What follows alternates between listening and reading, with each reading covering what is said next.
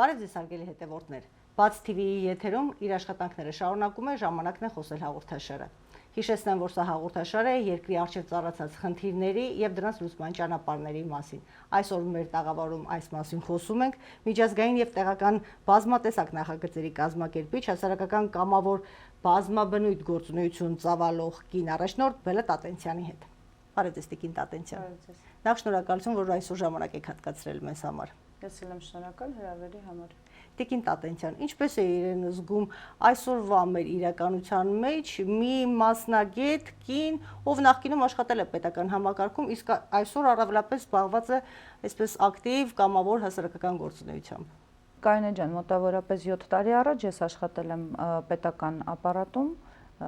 մոտավորապես 6 տարի եւ կարող եմ ասել միայն լավը։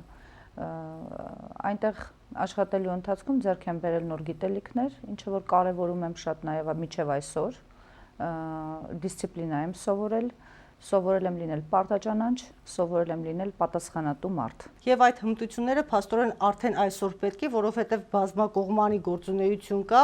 ոլորտների մասին դեռևս կխոսենք, բայց մի փոքր ավելի մանրամասնենք հատկապես պետական համակարգում աշխատանքի հետ կապված հանգամանքներից, որովհետև ես որքանով հիշում եմ, գյուղնախարարությունում եք եւ այն ժամանակ դեռևս նախարարություն էր։ Արդյոք սա լավ էր, որ այն ժամանակ նախարարություն էր եւ որոշակի փոփոխություններ սա ապրեց եւ այս սահմանների ապաշրջափակման հնարավորության դեպքում, որը բավականին հաճախ գովաբանում եւ այսպես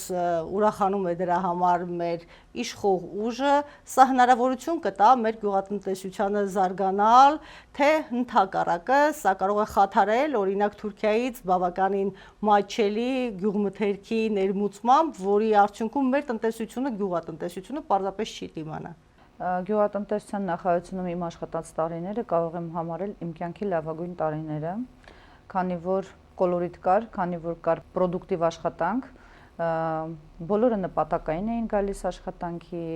կարող եմ բոլորն ասել, որովհետև բոլորի հետ առնչություն եմ ունեցել իմ գյուղատնտեսության նախարարության տարիներին, երբ որ աշխատել եմ, կարող եմ ասել հետևյալ կերպ, որ գյուղատնտեսության նախարարությունը դա համարվում է ցանկացած պետության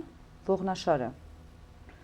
Գյուղատնտեսության նախարարությունը շատ երկրներում, եվրոպական հիմնականում երկրներում ինքը հանդիսանում է առանձին ստրուկտուրա, այսինքն տրամադրում են առանձին շինություն, ամենաշատ աշխատատեղերը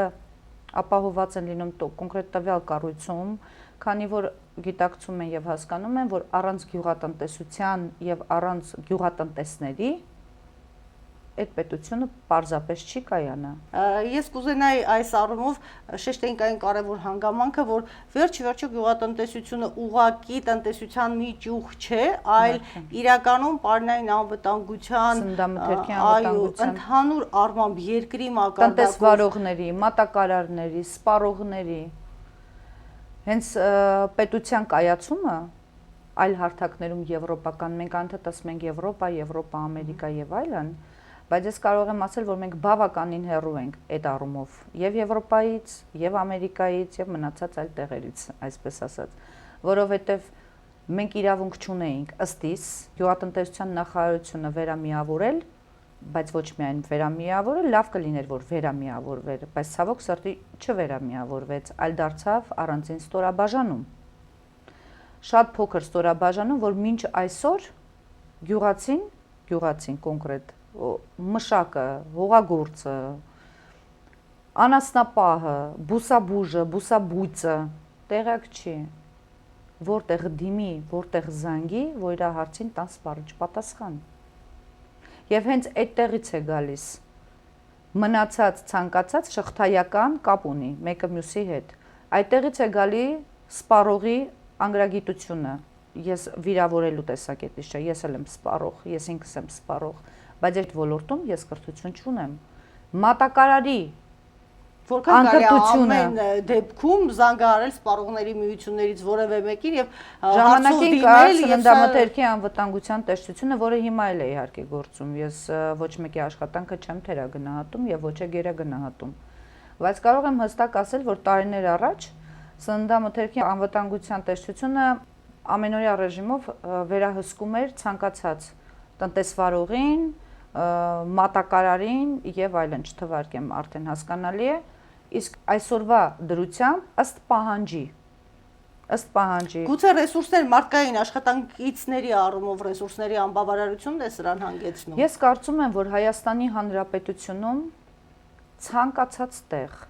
ամեն օր 24 ժամ 7 օր կա աշխատողների կարիք ցանկացած ոլորտում։ Պարզապես մենք ունենք մի հատ շատ փոքրիկ, բայց նաև գլոբալ խնդիր, որը լուծման կարիք ունի։ Այդ խնդիրը հետևյալն է եւ պարզաբանեմ ինչու։ Մարդիկ սոցիալական վատ վիճակներից ելնելով մասնագետը, իրավաբանը, բժիշկը, շուկայի զարգացման պատասխանատուն,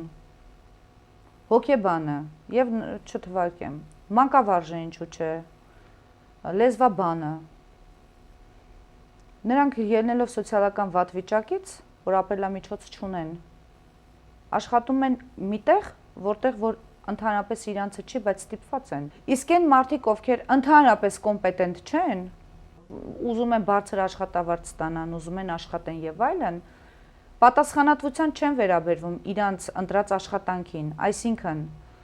եթե դու շուկայի զարգացման պատասխանատու չես, որը որ գիտեք, գնում է, դասավորում է,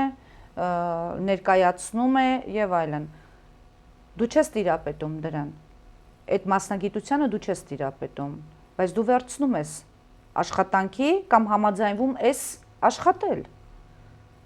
Ինչի համար, որ ինձ թունավոր ես, մի օր քո անկրթությունից, էլի չեմ վիրավորում, պարզապես ասում եմ այդ բառը ընդհանուր, որ օրինակ 2 օր առաջ հավանաբար մտա խանութ, գնեցի պլաստիկ տարայով բնական հյութ, 25 թիվ արտադրություն, 26 թիվ վերջնաժամկետը, բերեցի, բացեցի, կնայեք թթված, ես ում եմ մեղադրում, պահպանման պայմանները հավանաբար չեն պատշաճ եւ բացի դա դրված էր դրսում, այսինքն շարված էր ոչ սառնարանային պայմաններում, դա ում անկրթությունից է, մատակարարի, տնտեսվարողի, թե պարզապես հետաքրքիր չի, հետո ինչ կլինի, փող աշխատելու մոլուցքով են տառապում բոլորը։ Այսինքն ես ինչի նկատի ունեմ, որ եթե ցանկացած ստրուկտուրայում, դա կլինի անհատ ձեռնարկատեր, դա կլինի ՍՊ, դա կլինի պետական կառույց, դա կլինի մասնավոր ինչ-որ մեկը, ես կխնդրեմ եւ կհորդորեմ, որպեսզի խնդրում եմ, աշխատանքի վերցրեք կոմպետենտ մարդկանց, ովքեր առաջինը սիրում են իրանց մասնագիտությունը, այլ ոչ թե աշխատում են գումար վաստակելու համար։ Երբ որ դու աշխատում ես գումար վաստակելու համար, Կարինե ջան, արդեն մոտիվացիա չունես քեզ պարզապես գումարը ամսվա վերջում ստանալն է պետք, կամ օրվա աշխատավարձը ստանալն է պետք։ Բայց երբ որ դու աշխատում ես մասնագիտականով եւ սիրում ես քո աշխատանքը, կոչումով ես, հա? Դա նշանակում է, որ այդտեղ կլինի արդյունք եւ քեզ համար, հետագայում դու այսօր կարած լինես շուկայի զարգացման պատասխանատու, վաղը դառնաս օրինակ, տնօրենի օգնական։ Այսինքն մոտիվացիա կա, աճելու տեղ կա։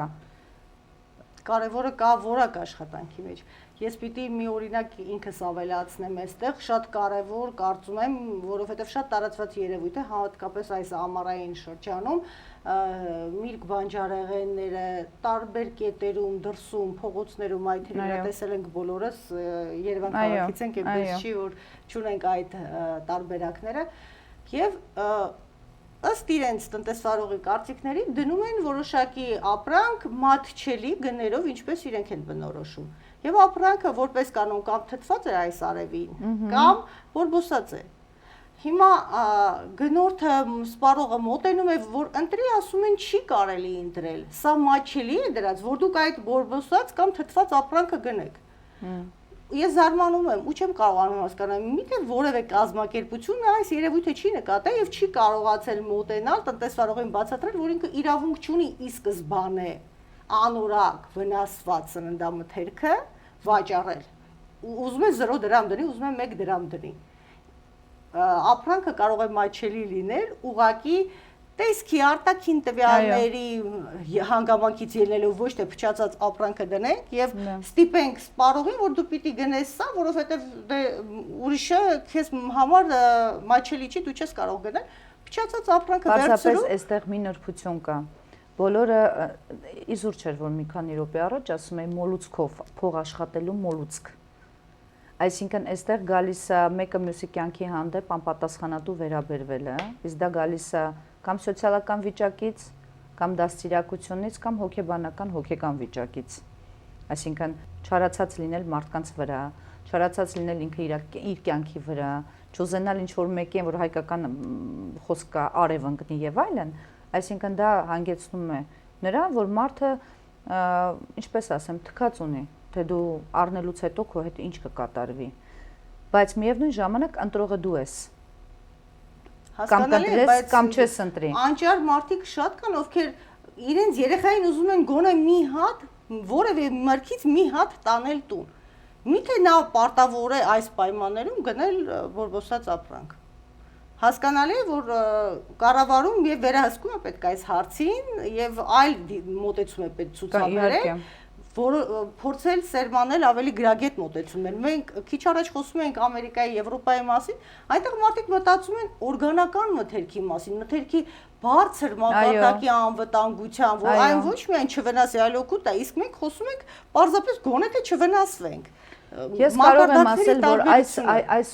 այս պահի դրությամբ իհարկե լիահույս եմ, որ վաղը այդպես չլինի։ Ես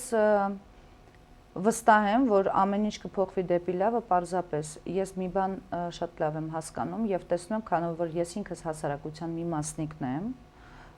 Հայաստանի Հանրապետության քաղաքացի եմ, եւ ես էլ ամենօրյա բնույթով, ռեժիմով առևտուրել եմ անում, շփվում եմ մարդկանց հետ եւ շատ մեծ կապ ունեմ իմ գյուղական, գյուղի համայնքի հետ կապ կա։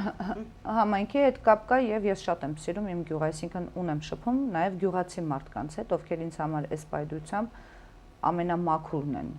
ամենապարզն են, ամենաճիշտ մնացած հայեցիներն են, հայերն են։ Ես իրենց շատ եմ սիրում։ Ես գիտեմ, որ իրանց շահերը պաշտպանված չի։ Բացարձակ եւ ոչ մի առումով ես գիտեմ, որ ինքնահոս վիճակ է։ Դե վարչապետն էլ էր, չէ, հայտարարում ասում էր, որ գյուղացուն օգնությունը կարծես անարդյունավետ է, նպատակային չէ, այսպես թիրախը չի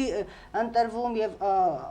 հետադարձ արդեն արդյունավետությունը պարզապես չկա։ Գյուղացին էլ իր հերթին է դժգոհում, ասում եմ մենք ոչ մի բանի համար երաշխիք չունենք, մենք փոխհատուցումներ գրեթե չենք ստանում ամեն անգամ, օրինակ վերջի պատմությունները կենդանիների հիվանդությունների բրուցելոզի դեպքերի հետ կապված, երբ գյուղացիները պարզապես ասում էին դե վերջ արդեն ոչ մի բանով հայտարարել պետք չէ, որ կա բրուցելոզ, բայց փաստացի ինֆորմացիան դուրս է եկել,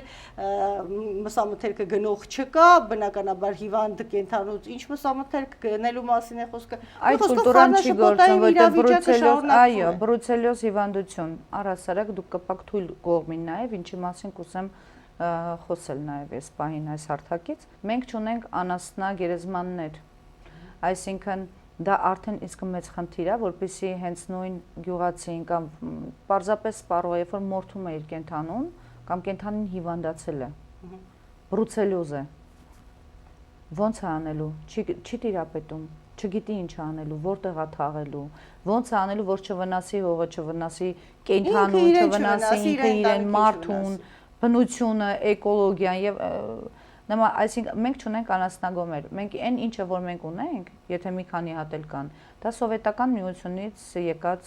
անասնագերեզմաններ են, որոնք բացարձակապես չեն համապատասխանում ստանդարտներին։ Այո, մենք խոսում ենք տնտեսության մասնավորապես գյուղմթերքի դրանով հատուկ ենք մենք տնտեսության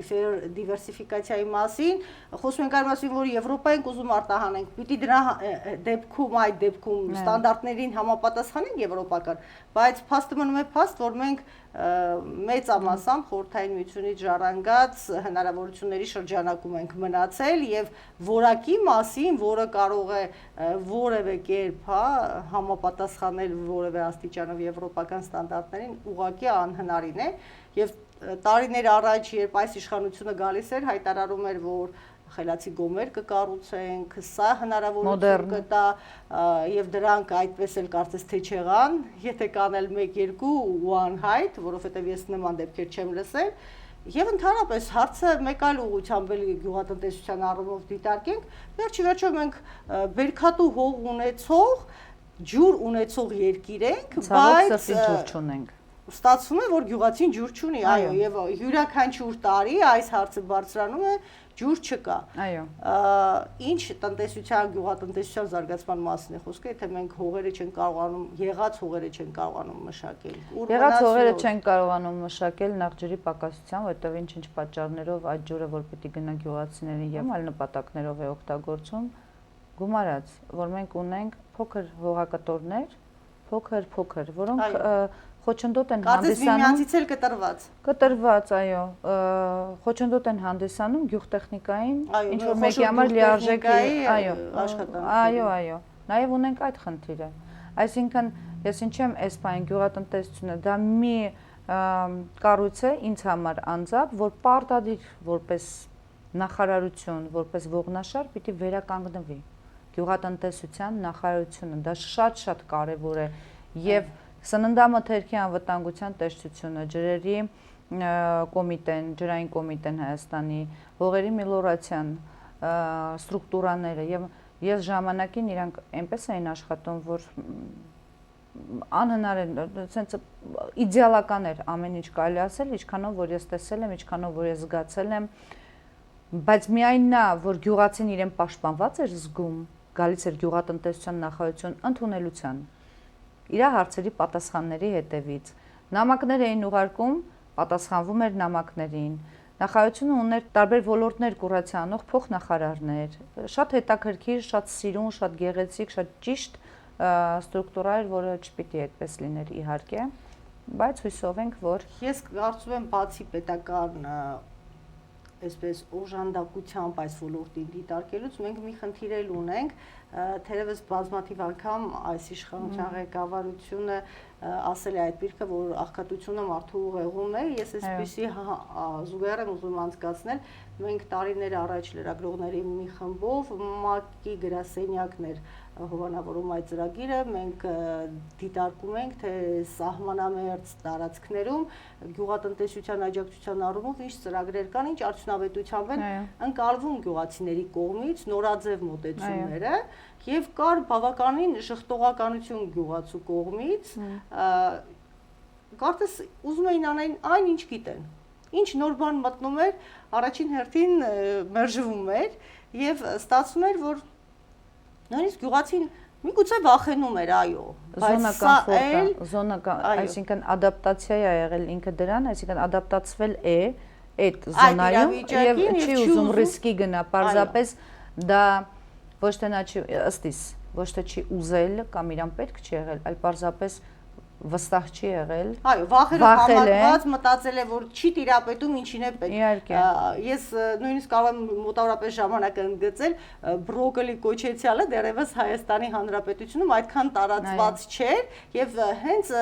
մասնավորապես մի քանի գյուղում ենք մոտեցանք, գյուղացիների հետ շփվեցինք, գյուղապետերի եւ այլն եւ ստացվեց հենց որ մասնավորապես առաջարկում էին սովորական կաղամբի տեղը բրոկոլի աճեցնել եւ համատարած մերժում էին, ասում էին, դա ինչ կաղամբ է, որ մենք էլ աճացնենք այդ կաղամբը, այդ կաղամբը չի ստացվի եւ այլ, իսկ այսօր արդեն ամենուրեք է այն։ Դա հավանաբար մեր յուրահատկություններից մեկն է որպես հայ, որպես հայազգ, որ մենք սիրում ենք ապրել մեր զոնա կոմֆորտում։ Դա գիտեք որն է, երբ որ տարիներ առաջ մենք չէինք պատկերացնում, որ մեր Հայաստանի Հանրապետությունում այսքան արտասահմանցի օտարերկրացիներ կլինեն, բայց ոչ թե որպես տուրիստ, այլ որպես բնակիչ, այո, մենք չէինք պատկերացնում, որտեղ մենք եւ հիմա, նույնիսկ հիմա մենք շատ դժվարությամբ ենք դա ուզում ենք բոլոր հարցերում ենք այդպեսին համաձայն։ Բոլոր հարցերում ենք այդպեսին, այսինքն մենք ավելի լավ բավարարվենք քչով, բայց ռիսկ չանենք ավելիին։ Հենց այդ տեղից է գալիս, այսինքն դա մեր ուղեղի մեջ է, դա մեր մեջ է, այլ ոչ թե մեր տեսակի մեջ ոչ թե խնդիրը պետության մեջ է եւ մնա մենակ ապրել, դրա համար էլ դեռևս սա կա։ Հնարավոր։ Այսուհանդերձ, եթե մենք ընդհանուր առմամբ երկրի կնճռոտ հարցերից խոսենք, որտեղ գյուղատնտեսությունից դեռ երկար կարող ենք խոսել, այդքան ժամանակ չկա եթերի համար,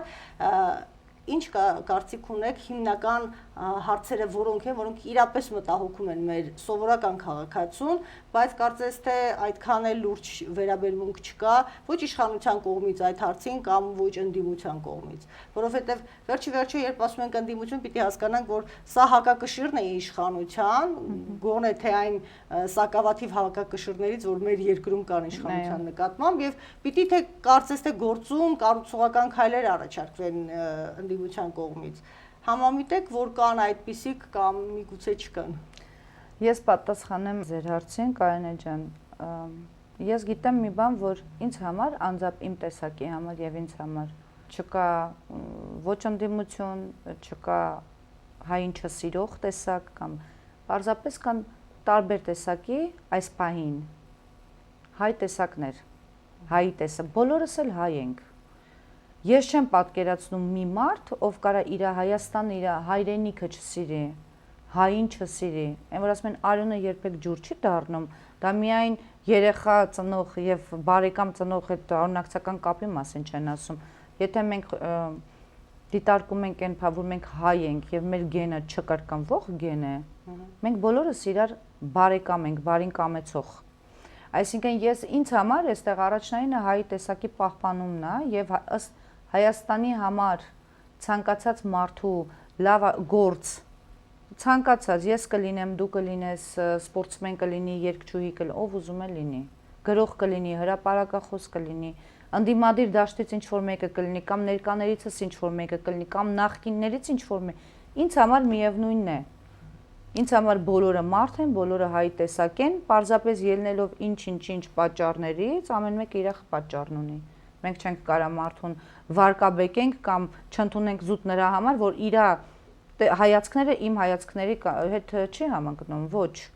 Եղել են եւ լավ բաներ, եւ վատ բաներ, ցանկացած իշխանության օրոք։ Չենք կարա հերքենք, որ մեկի ժամանակ եղել է շատ վատ, մյուսի ժամանակ շատ լավ, այն մյուսի ժամանակ կիսատ, բալ։ Այդ adekvatությունը շատ պակասում է մեզանում այսօր։ Եվ լավն է եղել, եւ ես հիշում եմ, երբ որ ես շատ փոքր էի, շատ էի սիրում տրամվայ։ Օրինակ շատ տարիներ առաջ երբ որ ես շատ փոքր էի, ինձ համար յուրահատուկ էր տրամվայը։ Ես շատ էի սիրում տրամվայը, այն ժամանակ երևի 5-6-7 տարեկան էի, բայց մինչև հիմա հիշում եմ։ Եվ ինձ համար ինչի վատը դարավ այդ իշխանությունը, չնայած որ ես դեռ փոքր էի, բան չէի հասկանում, բայց հիմա ինձ որ հարցն որ իշխանությունը չես սիրել, ես կարամ մենակ մի բանի համար ասեմ, ինչի չեմ սիրել, իսկ առհասարակ միշտ ասում եմ վատը, լավը միշտ մոռացվում է շուտ, որովհետև այդ իշխանության ժամանակ տրամվայի գծերը հանեցին։ Եվ դա եղավ ինձ համար պատճառ, որպեսզի ես միջև այսօր չներեմ։ Ինձ հետաքրքիր տրավմա է։ Մանկական տրավմա, ինձ հետաքրքիր չի պատճառը ինչի համար, միգուցե ինձ դա հետաքրքիր չի, երևույթն է։ Նման երևույթ, երևի թե շատերի մեջ այդպիսի չգիտակցված, հանգամանքներ կան, որոնք կարծես կապում են իրենց կյանքի որևէ դրվագը կամ կարևոր շրջանի փոփոխությունը, բեկումները այդ իշխանության օրերին է եղել, ուրեմն այդ իշխանությունը անհաջողակ է կամ։ Չէ, բայց եկեք չմոռանանք, ինչպես որ իդեալական մարդ չի լինում, այնպես էլ իդեալական իշխանություն չի կարող լինի։ Մարդիկ իրանց շատ ավելի կարևոր է եւ ամենակարևորն է, որ եթե դու Հայաստանի Հանրապետության համարես ի շահ ի նպաստ, սխալներիդ վրա այնպես անել, որ երկրորդ անգամ չկրկնես նույն սխալը, որովհետև բոլորս է սխալվելու իրավունք ունենք, ավելին ասեմ։ Ես պաշտոնյա եմ, ընտրում եմ ինձ աշխատակիցներ։ Ես միջև իրենց հետ չաշխատեմ, ես չեմ կարող իմանալ իրանք ինչ տիպի մասնագետ են։ Լավն են, վատն են, որքան էլ որ պատասխանատու են եւ թե անպատասխանատու են։ Իրանց սխալը, որը որ չպիտի լինի, որովհետև շատ կարևոր հաստիկ են զբաղեցնում, բայց թույլ են տալիս այդ սխալը, ու իրանց սխալի պատճառով իմ վարկանիշն է ընկնում։ Դա կլինի նորից եմ ասում, կարևոր չի, կարևորը նույնականացնում է, որովհետև պատասխանատուն ես եմ։ Ես եմ ընտրել պաշտոնին նշանակել, ես էլ մեղավոր եմ։ Այստեղից ենթադրություն, որ ամենաառաջնայինը հենց կոպիտ ասած մակրուհուց սկսած կոմպետենտ անձ ընտրել, որպեսզի դու վաղը պատասխան չտաս մեկ ուրիշի սխալների համար։ Բայց եթե անընդհատ բարբերաբար դու կրկնում ես այդ սխալը, դա նշանակում է մտադրված եւ մտածված ես անում։ Իսկ այսօր հասարակությանը խաբել, աչքերին այսպես ասած թոս փչել, դա ընդհանրապես չի ստացվում Շատ դժվար է, որովհետև բոլորս էլ հասում թվային տեխնոլոգիաները լայն հնարավորություններ են տալիս տեսնելու տարբեր կարծիքներ եւ ինքնուրույն եզրահանգումներ անելու։ Տիկին Տատենցյան, խոսենք ձեր հիմնական գործունեության մասին, որը վերաբերում է on-line հարթակներում, ակտիվ նախագծերի առումով եւ ոչ միայն on-line հարթակներում, բայց այն հարթակները, որոնք զբաղված են կանանց հետ կապված հարցերի արծացմամբ եւ կարծես կնոջ դերը ընդգծելու նպատակին։ Մենք հիմա մեր երկրում գաղտնիք չէ ոչ ոքի համար ունենք առաջին տիկնոջ նախաձեռնությունը կանանց հետ կապված եւ ոչ միայն կանանց հետ կրթվելու հետ կապված ծրագրի մասին եմ խոսում, այսուհանդերձ ինչու դուք ընտրեցիք հենց կանանց ոլորտը եւ կարծես դրանում եւս կրթության կոմպոնենտ կա։ Կարինե ջան, հարցը շատ ինքը ընդհանրապես բովանդակալից է ինձ համար, բայց ես կփորձեմ մի փոքր կարճակերճ ասել այդ ուղղությունը կնոջ պաշտպանությունը։ Կային բացեր նկատի ունեմ։ Բացեր ոչ միտեղ չկան։ Այն ինչ իմ համար կարա բաց լինի, մեկ ուրիշի համար դա բաց չի համարվում։ Ես երբեք չեմ կարող մարդկանց աշխատանքը, ես դա չեմ կարող թերագնահատել, որովհետև դա նշանակում է իմ տեսակետը պարտադրել մեկ ուրիշին։ Կարող է քեզ համար է իմ տեսակետը սխալ, բայց դա չի նշանակում, որ դու պիտի ինձ թերագնահատես։ Կամ մեկ ուրիշի համար էլ։ Այո, դրա համար է բոլորս մարդ ենք, հենց զուտ դրա համար։ Հետաքրքիր տեսակետ, բացեք համագործակցության, որքանով ես հասկանում եմ։ Ես բացեմ, այո, ես բացեմ համագործակցության համար բոլորի հետ, ես ինքս կին եմ։ Եվ շատ լավ գիտեմ ինչ է նշանակում կին լինել։ Կին լինելը դա առաքելություն է։ Երբ որ աղջիկ երեխա է ծնվում, պապայի համար համարվում է թագուհի։ Եւ ասում են ուրեմն հայրիկը, կոնկրետ հայրիկը, ես չգիտեմ տեղյակ եք թե չէ, լսել եք թե չէ, ասում են ուրեմն հայրիկը շատ լավ բաներ ունի արած, որ Աստված իրեն նվիրել է աղջիկ։ Կինը ինքը շատ ուժեղ ավելի ուժեղ, որտեղ Աստված բոլոր ցավերը կնոջն է տվել եւ բոլոր առաքելությունները հիմնականում տվել է կնոջը։ Բայց թե պատվով կտանի այդ առաքելությունը եւ միջև վերջ, դա արդեն կախված է եւ իր շրջապատից եւ այն միջավայրը, որտեղ ինքը ապրում է, սնվում է, կրթությունը, որը ինքը ստացել է եւ ինչու՞ չէ հենց ծնված ընտանեկան վիճակներից, այսինքն ընտանիքում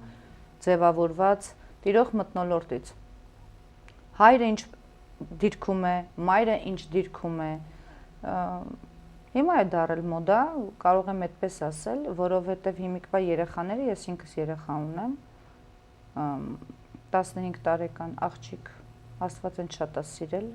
աղջիկ է տվել, իմ երեխան եւ ես իմ վրա եմ, հա, օրինակը բերում, այսինքն ես չեմ վերցնում, ուղակի վերցնելու կամ ես չեմ ընտրում ինչ-որ, դա ինձ հոգեհարազատ է, այն բաց տեղերը, այն ամենը, ինչը ես կուզեմ, որ չկրկնվի, չլինի եւ այլն, ես փորձում եմ դա անել, որովհետև իմ երեխան մի պակալենիա է, ես ավելի հին պակալենիա եմ, այսպես ասած, իհարկե շատ մեծ չեմ, բայց ավելի հին եմ համարվում, իրանց մտածելակերպը այլ է։ Իմ մտածելակերպը այլ է, մեր մտածելակերպը այլ է, մեր կրթությունը, մեր ժամանակին ինչքան ազնիվ էինք, ինչքան պարկեշտ էինք, բոլորը հավասար էին, իսկ հիմա մարդիկ ոչ թե իրարով մոտիվացվում են, այլ հակառակը, մարդիկ ամեն ինչ անում են, որպեսզի կոնկրետ կնոջ մասով ասում, չգիտես ինչի կանանց մեջ շատ է ավելի նախանձն ու խանդը, քան տղամարդկանց մեջ։ Դրա համար կանայք այս բան ինձ համար շատ ավելի անպաշտպան են։ Եվ ամենակարևորը նա է, որ կինը իմ համար շատ ուժեղ տեսակ է եւ շատ մեծ պոտենցիալ ունի աշխարհը շրջելու, աշխարհը հեղափոխելու, լավ ղեկավար լինելու,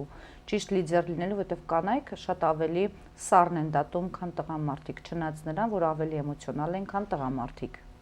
Այսինքն, եթե մեր հայկական բանով ասեմ, մեր հայաստանյան իրավը, եթե կա աղբեր ընկերություն տղաների մեջ, կանանց մեջ դա չկա։ Այսինքն, կինը երբևիցե չի վերցնի մեկին, ով գիտի իրան վնաս կտա, եթե նույնիսկ իր քույրն է, բայց կինը տղամարդը դա կանի, կապ չունի, աղբեր ընկերը։ Օրինակ եմ բերում, կամ բարեկամի տղա է։ Ես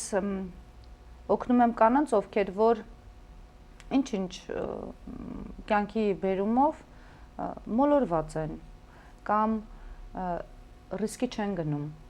կամ իրանց թվում է որ դուռը մի հատ այսպես արեցին չբացվեց, ուրեմն այդ դուռը իրանց համար չի, ոչ դռներ կան, որոնք որ ընկճված են անվստահ, այո, ընտանիքում տղամարդկանց մոտ, այո, այսօրվա դրությամբ կանանց տեսակը որպես այդպեսին շատ են նսեմացնում, որ թույլ են, որ ոչ մի բան իրենցով չեն կարող հասնել, որ եթե ինչ-որ բանի հասել են, ուրեմն ինչ-որ մեկը օգնել է կամ ինչ-որ բան, բայց վստահեցնում են, որ նման բան չկա, եւ բացի դա, մեր կանայք պիտի վերջապես հասկանան, որ իրանք են համարվում մեր պետության հիմքը, ոնց ասեմ, գլուխը, բացատրեմ ինչի, որովհետև կինը երբ որ երեխա է ունենում, ինքն է ավելի շատ դաստիարակում, սովորեցնում կյանքին, ավելի շատ մամայի հետ են մոտիկ լինում, չէ՞, քան պապայի։ Մեր իրականության մեջ տղամարդը որպես կանոն աշխատանքի է եւ 24 ժամանոց աշխատանքի, որովհետեւ հայկական իրականության մեջ շատ քիչ են դեպքերը, երբ սովորական օրվա աշխատաժամի ընթացքում հնարավոր է այնքան վաստակել, որ ընտանիքին ապահովել եւ հասնել դեռևս ընտանիքի հետ ժամանակ անցկացնել, զբաղվել դաստիարակության գործերով եւ այլն։ Այո, դրա համար կանայք ավելի են մեզ պետք է սպայն որ լինեն ռիսկով, անվախ։ Իմ կյանքի կարգախոսն է, որ փակ դռներ չկան, ուղղակի լավ բացել է պետք, եթե լավ չի էլ բացվում, ապա եթե դուռը արդեն իսկ դուռ է, դա նշանակում է ինքը բացվելու է։ Բայց թե ոնց կբացես եւ ինչքան համբերատար կլինես, ճանապարհեր կգտնես, թե չես գտնի, թե ուղղակի հետ կկանգնես, դա արդեն կախված է քո տեսակից։ Քո տեսակից։ Ինձ համար շատ կարեւոր է նաեւ կրթությունը, այն կրթությունը, որը ծնողը տալիս է, հա, իր երեխային։ Մենք շատ ենք հեռացել, Կարինե ջան, ցավոք սրտի պիտի ասեմ, որ շատ ենք հեռացել հայեցի, հայի տեսակից, այս Պակալենյան, այսինքն մեզանից հետո եկող այնպիսի բաներ ես լսում, այնպիսի բաներ ես տեսնում, որ երբևիցե մի 10 տարի առաջ, 20 տարի չէր էլ մտածի, որ նման բան գոյություն կարա ունենա Հայաստանի Հանրապետությունում կամ առհասարակ քրիստոնյա առաջինը քրիստոնեությունը ընդունող ազգի մեջ չի կարա լինի, բայց ցավոք սրտի ինչքան է որ տանը ծնողները դաստիարակեն, հասարակությունն է դա միջավայրն է դաստիարակում ավելի շատ, դպրոցն է դաստիարակում, դրա համար շատ կարևոր մի բան եմ ուզում նաև խնդրեմ, որպես ինքս Հայաստանի Հանրապետության քաղաքացի մայր եւ հայկին, ես կուզենայի, որպեսզի կոնկրետ մանկավարժի մասնագիտությունը ինձ համար ամենասուրբն է, որովհետեւ հենց մանկավարժն է կրթում մեր ապագայի դաստիարակում, կրթում եւ տալիս մեզ պրոդուկտ, այսինքն կամ հայեցի, կամ բացարձակ ոչ մի առնչություն չունի։ Եվ կուզենամ, որպեսզի մասնագիտություն ընտրելուց ընտրեմ ոչ թե որովհետեւ բալերով չանցան կամ գումարը չհերիքեց, դրա համար ստիպված գնացին դարձան մանկավարժ, տվեցին մանկավարժական համալսարան, ենթադրենք, այլ որտեվ իրանք զգում են, որ իրանք կարող են լավ մարդ դաստիարակել, իրանք ուզում են լավ մարդ դաստիարակել եւ մի փոքր էլ հոգեբանեն։ Մի փոքր։ Ես ուզում եմ այստեղ տարանջատում անենք։ Մենք խոսում ենք կրթության մասին, թե կրթական հաստատություններում դաստիարակչական մոտեցումների մասին, որովհետև կարծես կրթությունը մի քիչ ավելի շատ է կապված գիտելիքների հետ, դաստիարակությունը կարծես աշխարհընկալման հայացքի վարքագծի դրանից ելնելով վարքագծի դրսևորումների եւ ընդհանրապես կարեւոր արժեքների հետ, որոնք պիտի լինեն մեր երկրում, պիտի լինեն կարծեմ ցանկացած երկրում։ Հիմա եթե դուք համամիտ եք, որոնք են այն արժեքները, որոնք պիտի ոչ միայն դպրոցներում, ցանկացած մակարդակի, ես մանկամսուրից սկսած եմ ասում, ավարտած բարձրագույն լավագույն կրթություններով, որ պիտի այդ արժեքները սերմանվեն յուրաքանչյուր տարիքին համապատասխան հնարավորությունների շրջանակում, որոնք են այն արժեքները, որոնք պարտադիր են մեզ համար։ Եվ արդյոք կարևոր է, որ մենք պահպանենք այդ հայացիությունը, որովհետև աշխարհը գնում է դեպի զարգացում։ Մի քանի տարի առաջ կարելի է ասել գլոբալիզացիայի ակտիվ դարաշրջանում կարծես սահմանները վերանում էին եւ ազգային պատկանելիությունը կարծես այդքան էլ չէր կարևորվում։ Հիմա եթե նորից դիտարկենք այն ցանկությունը, որ աշխարհի կարևորագույն երկրները ցանկանում են բազմաբևեռ իրականություն ստեղծվի, ոչ միայն Միացյալ Նահանգները մնան որպես կարևորագույն մեկ բևեռ, կամ արևմտյան արժեքները բոլորի համար դառնան ընդունելի, այս ֆոնի վրա, համապատկերի վրա, արդյոք կարևոր է նորից ազգայինը։ Չէ՞ որ մենք գնում ենք դեպի ապաշրջափակում, հարևանություն նախկին թշնամական երկրների հետ, հարևանություն մեզ երբևիցե կամ բարեկամություն կամ թեկուզ պարզապես դիվանագիտական կապեր երկրների հետ, որոնք մեզ առհասարակ երբեք չեն ընդունել որպես պետություն։ Այս համապատկերի վրա ազգային արժեքը կարևոր է թե ոչ, եւ որն է մեր ազգային արժեքն ու նպատակը։ Կարինե ջան, մեզ դաստիարակել են հետեւյալ կերպ, որ սովորել ներել, բայց ես կարող եմ մի բան հստակ ասել, որ ես տենց ապրել եմ եւ ապրում եմ, բայց մի բան կա, որ ես երբեք չեմ սովորի ներել եւ չեմ մոռանա, դա նա է, որ ձեր ասած կոնկրետ թշնամին երբեք չի կարող ինձ լինել բարեկամ։ Ես դա արյունով իմ մեջ կա, գիտակցությանս եւ ենթագիտակցությանս մեջ կա եւ հուրհավիտյան դա կմնա այդպես։ Այո, մարդու հետ ասում են թշնամու հետ ընկերություն արա, բայց փետը ձեռցդ մի գցի։ Այդպեսի բան կա։ Թուրքը միշտ եմ թշնամին է։ Դա երբեք չի փոխվի, դա ոնց կա, այդպես մնացել է։ Հիմա լավ է, վատ է, սխալ եմ, ճիշտ եմ, ես վստահ գիտեմ, որ ես ճիշտ եմ։ Որովհետև իհարկե թշնամին պիտի ուժեղ լինի, ուժեղին են համարում թշնամի, ես իրանց ուժեղ չեմ համարում, որպեսզի համարեմ ինձ թշնամի։ Պարզապես համարում եմ տմարդ, ոչ բարեկամ պետություն։ Իսկ թշնամին իմ պիտի լինի ինձանից ավելի ուժեղ։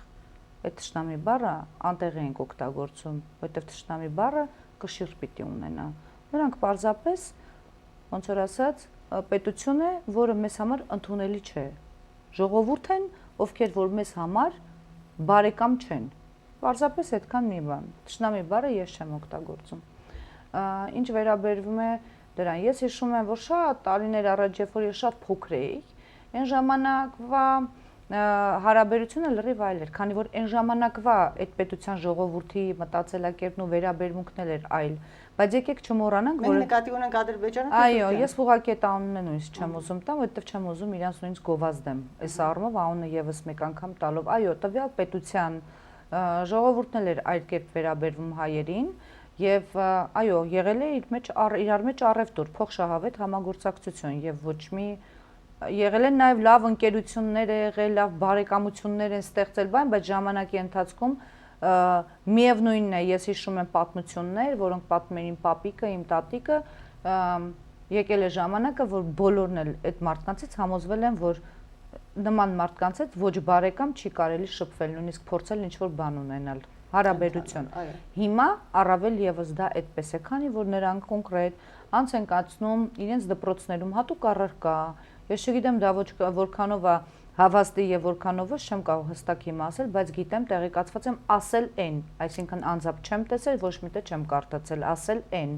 որ նրանք հատուկ դասեր են անցկացնում, առարկա ունեն, դասաժամ ունեն, ծրագիր եւ մեթոդ, որ հայերը իրենց թշնամին են եւ ես չեմ պատկերացնում հիմա ինձ իմ դեմը նստած լինի տվյալ պետության մարդը ու ես ինձ հանգիստ հետը խոսեմ, որովհետև ինձ էլ են այդ դաստիարակությունը տվել դպրոցից սկսած, այն մանկապարտեզից սկսած, նույնիսկ դեռ չծնված։ Ես գիտեմ, որ նրանք իմ բարեկամները չեն եւ երբեք չեն էլ դառնա։ Դե միգուցե դրա համար էլ հիմա պատմության վերաբերմունքը պատմության հանդեպ փոխվեց մեր իշխանության մոտ, որպեսզի վերանան մարդկանց մեջ, հասարակության մեջ եւ ոչ միայն մեր այդ մոտեցումները, բայց միակողմանի է կարծես նորից մեր երկրում կարծես վերանում են այդ հնարավորությունները ստվեր գցելու հարևան արդեն պետության վրա, իսկ այդ երկրում կարծես շարունակվում է եւ նույն կերպ այս պայմաններում արդյոք մեզ հայացությունը անհրաժեշտ է։ Կարինե ջան, այսպես ասեմ ձեզ, ես ձեր հարցին հետեւյալ կերպ պատասխանեմ, ինչը որ ասացի, մի բան է այն, ինչը որ ինձ համար անընդունելի է, ձեզ համար ընդունելի, օրինակ։ Դա չի նշանակում, որ դուք ճիշտ եք, ես սխալ եմ։ Միգուցե ձեր շեշտած, որ հենց հիմա, то есть այս իշխանությունների ժամանակ ինչ որ բան պատմությունը եւ այլն, բայց միգուցե դա իրանց համար ճիշտ է։ Հիմա ես ձեզ հարց եմ տալիս որպես լրագրող եւ հաղորդավար։ Ես դա համարում եմ իհարկե ոչ, որովհետեւ երբ որ պատմության առարկան ամենաշատ դասաժամ ունեցող ժամ դպրոցում ունեցող առարկան պիտի լինի, կրոնի պատմությունը պիտի լինի ամենաշատ ժամ ունեցող առարկան, այսինքն դա մեզ համար դառնում է նորմա։ Այո, իսկ այդ ազատությունը աճող սերունդը շատ հայացողական կարող է։ Ձեր հարցին պատասխանեմ հակիրճ հետևյալ կերպ։ Իմ համար հայեցին հետևյալն է. լինել հայ, մնալ հայ ցանկացած պարագայում, հայրենիքից այլ, բացի ոչ մի տեղ չսարքել, ոչ մի երկիր չսարքել իր համար